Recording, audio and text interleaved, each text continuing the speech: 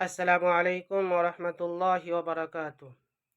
প্রিয় দর্শক ও শ্রোতা মণ্ডলী, আজ আমি আপনাদের সামনে হাজির হয়েছি তিনটি উত্তম আমলের কথা বলার জন্য।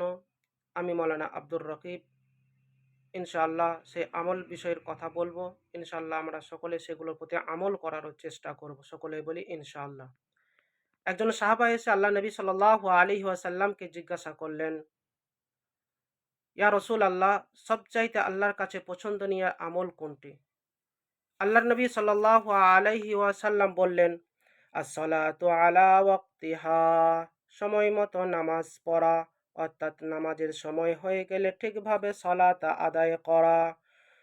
আবার আল্লাহর নবীকে জিজ্ঞাসা করলেন ওই সাহাবা, ক্বালা সুম্মা আয়ুনি ইয়া রাসূলাল্লাহ, এর পরে কোন আমলটি আল্লাহর কাছে সবচাইতে পছন্দনীয়?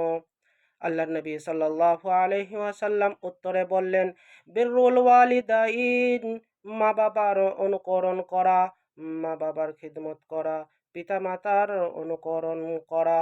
ক্বালা সুম্মা আয়ুনি ইয়া রাসূলাল্লাহ, ইয়ার পরে সবচাইতে উত্তম আমল কোনটি? আল্লাহর নবী সাল্লাল্লাহু আলাইহি ওয়াসাল্লাম উত্তর দিলেন, আল জিহাদু ফি সাবিলিল্লাহ, আল্লাহর রাস্তায় জিহাদ করা, অর্থাৎ আল্লাহ সুবহানাহু ওয়া তাআলার জন্য জিহাদ করা। নিজের জান দিয়ে হোক, মাল দিয়ে হোক, যেভাবে হোক আল্লাহর রাস্তায় জিহাদ করা। এই তিনটি আমল হচ্ছে আল্লাহ সুবহানাহু ওয়া তাআলার কাছে সবচাইতে পছন্দনীয় এবং সবচাইতে মকবুলিয়াত। সেই জন্য আমরা এই আমলগুলো করার চেষ্টা করব।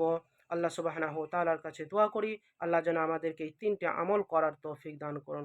আখির দাওয়ানা আনিল হামদুলিল্লাহি রাব্বিল আলামিন। আসসালামু আলাইকুম ওয়া রাহমাতুল্লাহ।